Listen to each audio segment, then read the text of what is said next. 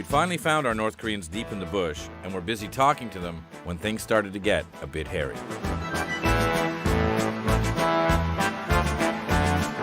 Yeah, these guys are coming back here. The dude with the crowbar is coming back. 찍지 말라요. 찍지 말라요. 아니, 뒷장이 나서 우리를 찍는데. 더 쉬워져. He says, what is that, your off switch? 서표로, 트랙터 서표로. 이제 삐지대 이거. He says, I use it for fixing tractors. 서표로. I like the fish more and more. He took the crowbar from him and said, what is that, your off switch? And 2 North Koreans came back. Now they're giving Mr. Kim shit. And they're quite angry. So we're probably going to have to get out of here. 브라타 있니? 기초적 하나 벌 적당 뚫었다는 자체가 우리한테는 안 되니까 절대 우리한테는 성립이 안 되는 일이니까. And so, oh shit, here comes another truck. Now we're surrounded. They've got a truck up there. They've got a truck behind here. What'd he say? He said he came to tell us that he doesn't want us filming anymore, and he's come to block the road. Really?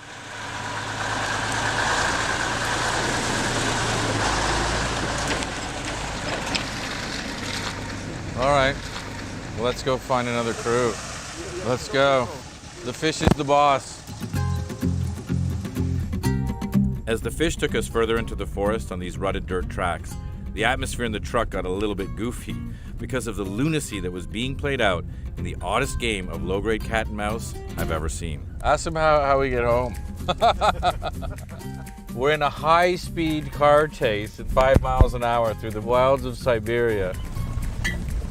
They're stopping, we go to try to pass them, and then they speed up. We sort of go on a side road, and then they head us off at the pass. It's a game of chicken out in the middle of nowhere.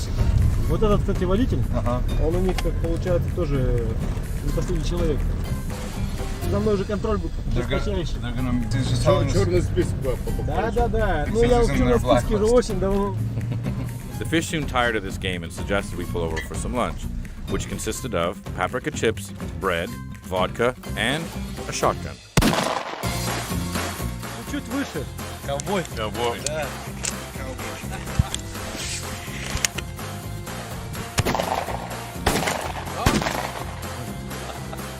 North Koreans are going, what the fuck kind of journalists are these? Well, we found our North Koreans. Now let's get wasted and shoot off guns with the mafia. I hit it, but I didn't break it. It turned out there was method in the fish's madness, because our lunchtime shooting party seemed to have cowed the North Koreans just enough to get us out of the wilderness, which was very good, because the all-menacing Siberian darkness was fast approaching. When we finally got to town, they, of course, were waiting for us. And the North Korean security dude just showed up and he won't leave us alone. And he's just standing there trying to look at our passports and trying to see all of our stuff. He's trying to be scary. Запоминаете? And when we got on the train and said our teary goodbyes to the fish, we realized that half the one-car train was our crew and the other half were North Koreans. That was the captain of the camp. Correct. So we locked ourselves into our compartment and spent the night backing up our hard drives and hiding all of our footage, which turned out to be wise because we were met back in Tinda by the FSB, the local militia, the North Koreans, and some plainclothes detectives who promptly detained us. So they asked us a lot of questions and they kept asking us about the pipeline. Are you here to shoot the pipeline? Are you here to shoot the pipeline? We don't know anything about a pipeline. We're here to shoot North Koreans. They knew about the Russian cop who had taken us to the North Korean camp. They knew about the chief of police in the north. Simon refused to be intimidated, and he said, if you want to ask me any questions, ask me here. I'm not going with you. I'm not going away with you. They finally let us go. We freaked out a little bit, grabbed our stuff, and took off. We quickly hired a car and made a break for the Chinese border. When we finally got to the border, we realized that part of the reason for all this panic and fear on the North Korean and Russian side was that Kim Jong-il, who almost never leaves North Korea, had secretly come to the same place we were, the Amur region of Russia, coincidentally at the exact same time we were there, to hold talks with President Medvedev about more trade and labor agreements between the two countries.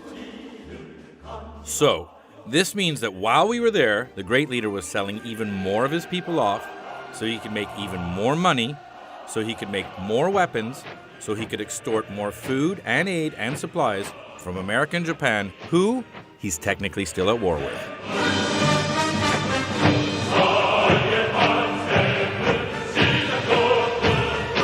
This, better than almost anything I can think of, sums up the lunacy of the modern world. Thank you, and good night.